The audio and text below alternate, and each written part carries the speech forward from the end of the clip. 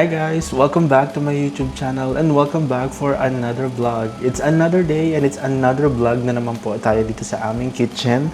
So for today's video guys, magluluto po tayo ng breakfast. It's 9 AM in the morning, it's Sunday, so kailangan natin magluto ng breakfast. So today ang lulutuin natin is, meron tayo ditong daing from the Philippines, or it's flying fish na daing. Galing siya sa Pilipinas. And also meron tayo ditong longganisa na galing din Philippines. So ito siya guys, oh. Special kalumpit longganisa from Bulacan. So meron tayo ditong 4 packets ng longganisa from Bulacan. But before that, kailangan natin magsaing muna ng rice. Supposedly magluluto ako ng garlic fried rice. But since nakalimutan ko magsaing last night and wala din naman natirang bahaw, so ang magiging pares nung ating daing at longganisa is normal lang na jasmine rice. So samahan niyo ko guys and mag-prepare na tayo ng ating lulutuin. But first, let's cook the jasmine rice.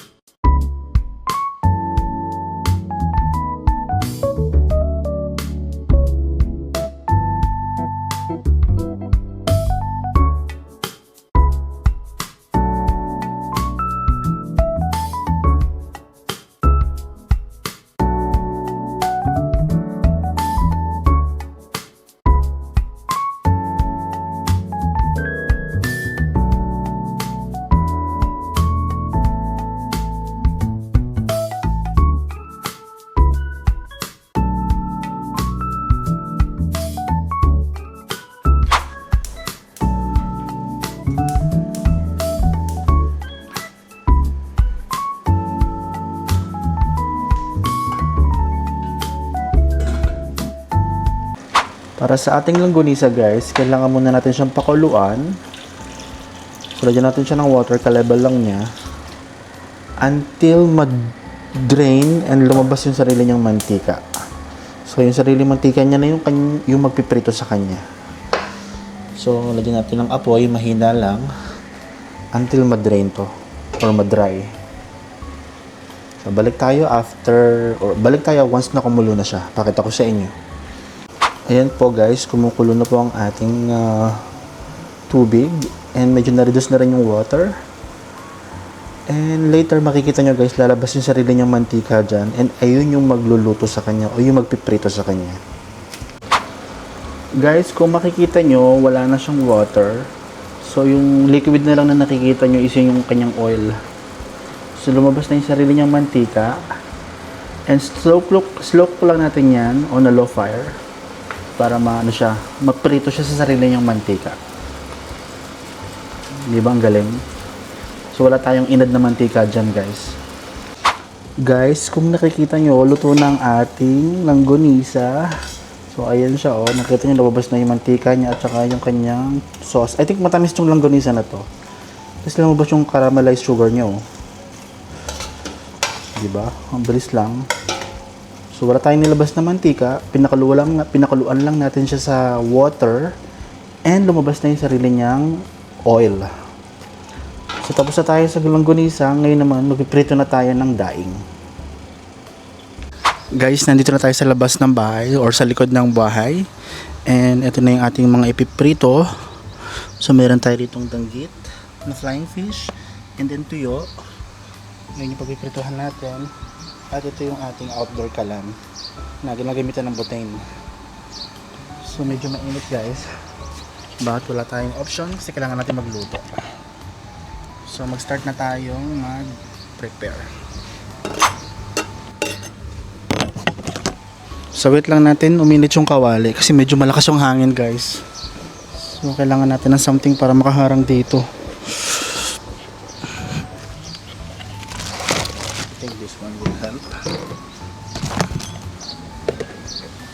Yan, I think help naman yan kahit papano. Kasi medyo malakas yung hangin. So ngayon maglalagay na tayo ng oil or ghee, butter ghee.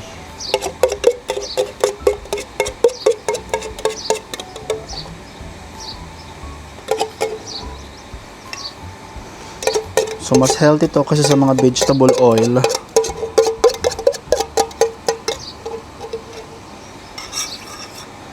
Para medyo mountain siya.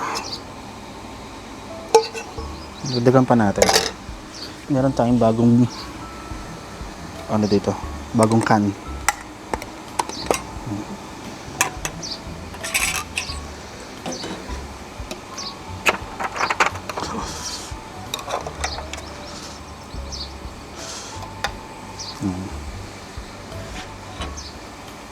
So guys, magsalang na tayo ng ating daing na flying fish.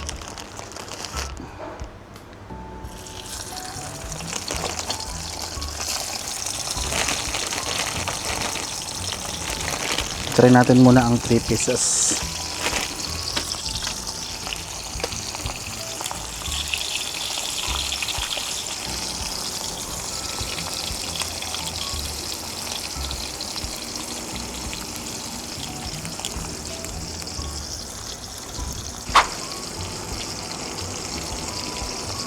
So bilang lang tayo ng 20 seconds para i-flip natin siya sa other side.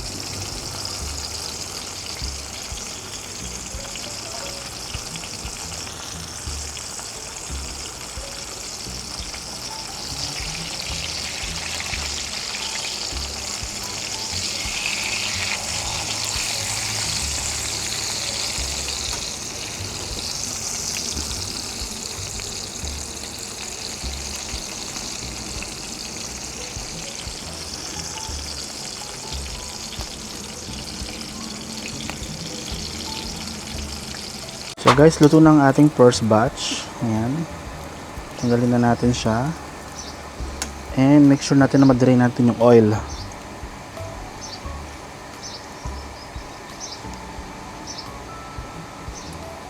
Once make sure na drain na natin yung oil, lagyan natin dito sa ating container na may tissue para masipsip niya yung oil na. So let's go with another batch, second one.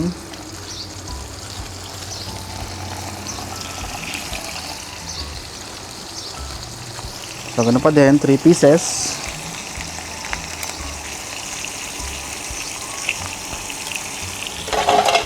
Ito natin hinaan ng apoy.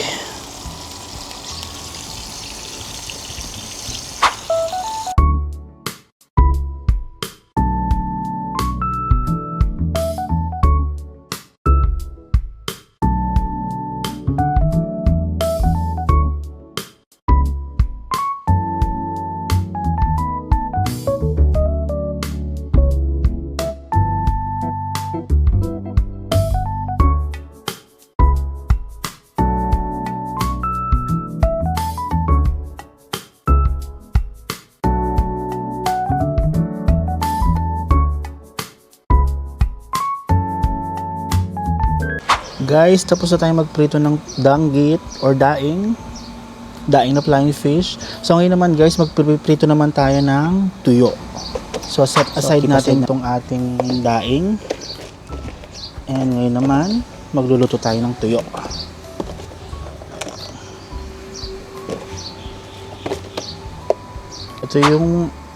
Ito yung tuyo na pipirituhin natin fresh from the Philippines. So guys, nakapagsalang na tayo ngayon ng tuyo. Yan, pinalitan ko na siya ng mantika kasi nangitim na kanina dun sa pinagprituhan natin ng daing. So ayan na yung ating first batch.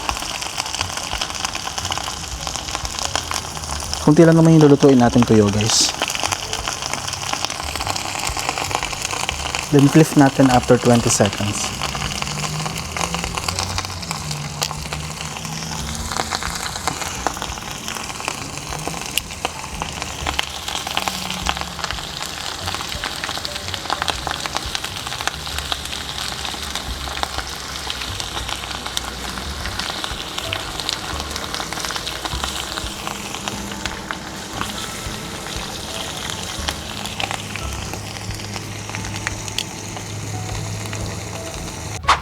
Guys, so kakabalik ko lang ng room and natapos na rin tayo magprito ng ating tuyo. Hindi ko na siya na-vlog kasi sobrang init sa labas guys.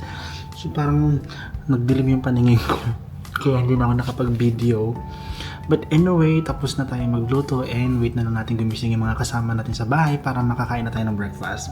So end ko na yung vlog today guys, and I hope po nag-enjoy kayo, and if you did, please like, please share, please subscribe if you haven't yet. See you on my next vlog. Bye bye!